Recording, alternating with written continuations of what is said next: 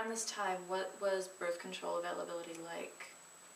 Well, there was, as far as I know, there was no birth control except condoms for men. I do remember that there were people that would say, if somebody got pregnant, because there were pregnant girls, if somebody got pregnant, I remember someone once saying you could take quinine pills. I don't even know what quinine pills were or are, but I remember hearing that. So there really wasn't much knowledge at all. The first time that I really learned about birth control was after I got married to him, maybe a year and a half later.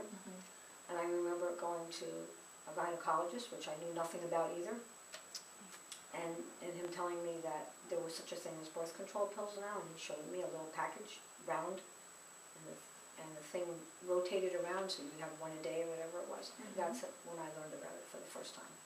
And we began using it, because I was in college by then. Right. Okay. So there was a lot of silence and stigma around the concept of sex and sexual health. My guess is that boys wanted to have sex, men wanted to have sex, and girls just did it just because. That's what I think. I really can't, I never considered myself so romantic that was something that I was dying for, like you'll see in the movies. I think it was just something that happened, and boys just expected that it was going to happen. Okay. And they found a way to make it happen. That's what I think. And I also think that people got married young in those days because of that. Right. Because there was no place to go, and if people did want to see each other, they would have to get married and have their own place.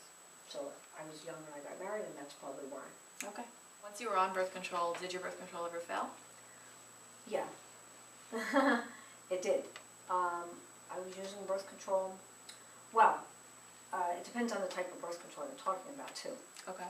So, with my first son and my daughter, we were using the birth control pill that the doctor had given me.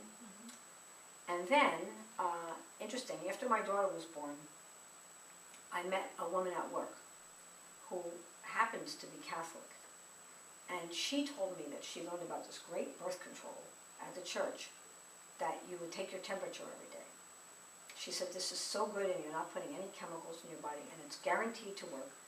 And she came and gave us a whole lecture on it.